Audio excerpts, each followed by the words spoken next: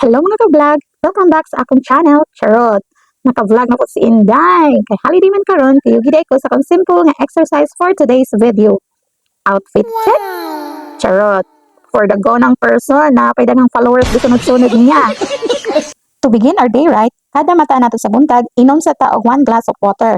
Kay dili man ta cactus nga pwede ra walay tubig. Charlan. So for today's video, ang akong 1 glass of water kay gisagulan nako og barley grass powder.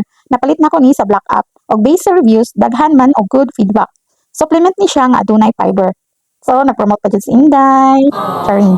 Pero disclaimer lang ha, dili ni magic powder nga pag inom nimo pagkaugma nawala na mong bilbil. Kung ingana pa, so mupalit ko isa kada kong track. So man, sa pag-inom nato ani, tara, let's go na mag-backline. Aron maniwang ta, char lang. Pero bitaw, mas importante nga active ta o atimanon nato atong health. Nindot kaayo mag-walking sayo sa buntag kay fresh kaayo ang hangin. Presko pang palibot ug bonus pa gyud nga makakita ta sa sunrise. Mas gipili gyud nako ang walking kaysa jogging. Kay ang jogging grabe ka intense para nako. Basin ang akong tang fitness journey, mahimong emergency journey. Diyos ko.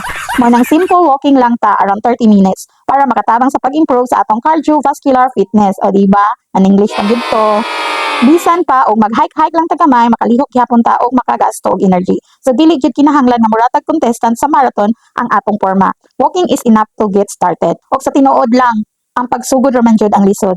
Sa una pag-ingon pa lang og mag-exercise ko, kapoy na dayon. Pero kung maanad na ka o mahimong rutina nimo, wala na kay problema. Mas malingaw na noon ka. So ayaw hulata nga, mamotivate ka bago mulihok. Mulihok ka para mamotivate ka. So mao na ni ang akong walking for today. Walking, fresh air, sunrise, singot, o gamayng paglaom nga mawala ang akong bilbil. So for today's video, ugma na sad. Same routine, same walking, same inday, pero hopefully gamay na ang bilbil. Bye mga ka-vlog, keep moving and stay healthy. See you tomorrow!